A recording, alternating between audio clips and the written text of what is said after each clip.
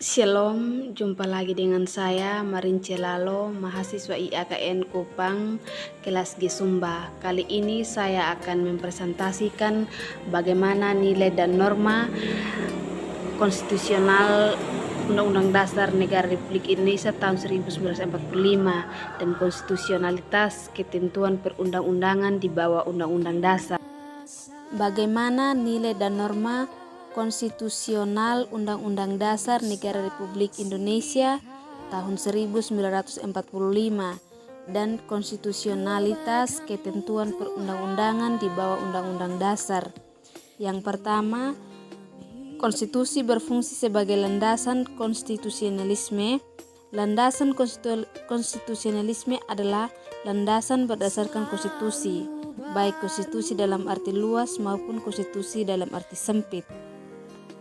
Yang kedua, konstitusi berfungsi untuk membatasi kekuasaan pemerintah sedemikian rupa sehingga penyelenggaraan kekuasaan tidak bersifat sewenang-wenang.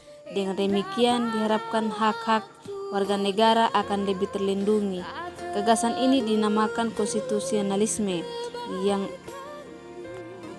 dijelaskan sebagai gagasan bahwa pemerintah merupakan suatu kumpulan kegiatan yang diselenggarakan oleh dan atas nama rakyat, tetapi yang dikenakan beberapa pembatasan yang diharapkan akan menjamin bahwa kekuasaan yang diperlukan untuk pemerintah itu tidak disalahgunakan oleh mereka yang mendapat tugas untuk memerintah.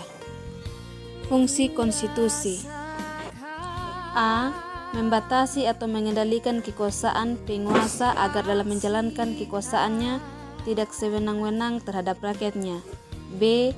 Memberi suatu rangka dasar hukum bagi perubahan masyarakat yang dicita-citakan tahap berikutnya. C. Dijadikan landasan penyelenggaraan negara menurut suatu sistem ketatanegaraan tertentu yang dijunjung tinggi oleh semua warga negara. D. Menjamin hak asasi warga negara. Yang kedua, menggali sumber historis, sosiologis, dan politik tentang konstitusi dalam kehidupan berbangsa dan bernegara. Seorang ahli konstitusi berkebangsaan Jepang, Naoki Kobayashi, mengemukakan bahwa Undang-Undang Dasar membatasi dan mengendalikan kekuasaan politik untuk menjamin hak-hak rakyat. Dapat disimpulkan beberapa poin konstitusi dalam kehidupan berbangsa dan bernegara. Yang pertama, dalam arti sempit, konstitusi merupakan suatu dokumen atau seperangkat dokumen yang berisi aturan-aturan dasar untuk menyelenggarakan negara. Sedangkan dalam arti luas, konstitusi merupakan peraturan baik tertulis maupun tidak tertulis yang menentukan bagaimana lembaga negara dibentuk dan dijalankan. Yang kedua, konstitusi diperlukan untuk membatasi kekuasaan pemerintah atau penguasa negara, membagi kekuasaan negara, dan memberi jaminan HAM bagi warga negara.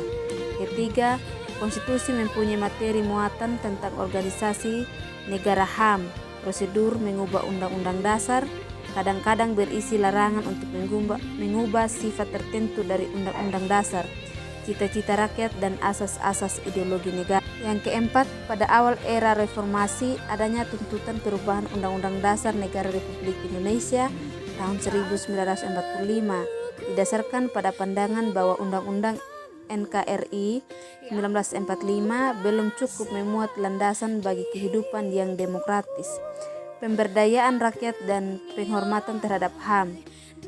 Yang kelima, dalam perkembangannya, tuntutan perubahan Undang-Undang Dasar Negara Republik Indonesia tahun 1945 menjadi kebutuhan bersama bangsa Indonesia.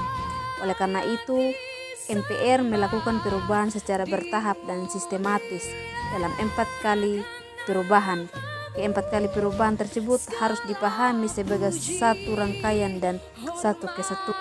Yang keenam, dasar pemikiran perubahan Undang-Undang Dasar Negara Republik Indonesia tahun 1945 adalah kekuasaan tertinggi di tangan MPR, kekuasaan yang dapat sangat besar pada presiden.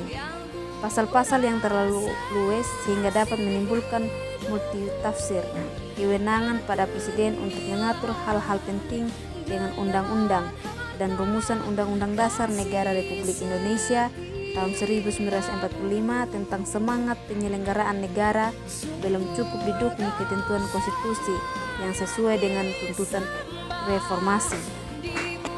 Yang ketujuh, awal proses perubahan Undang-Undang Dasar Negara Republik Indonesia tahun 1945 adalah pencabutan ketetapan MPR RI nomor 4 tahun 1983 tentang referendum, pembatasan masa jabatan presiden dan wakil presiden Republik Indonesia, dan ketetapan MPR mengenai hak asasi manusia mengawali perubahan Undang-Undang Dasar Negara Republik Indonesia tahun 1945. 8. Dari proses perubahan Undang-Undang NKRI tahun 1945 dapat diketahui hal-hal sebagai berikut.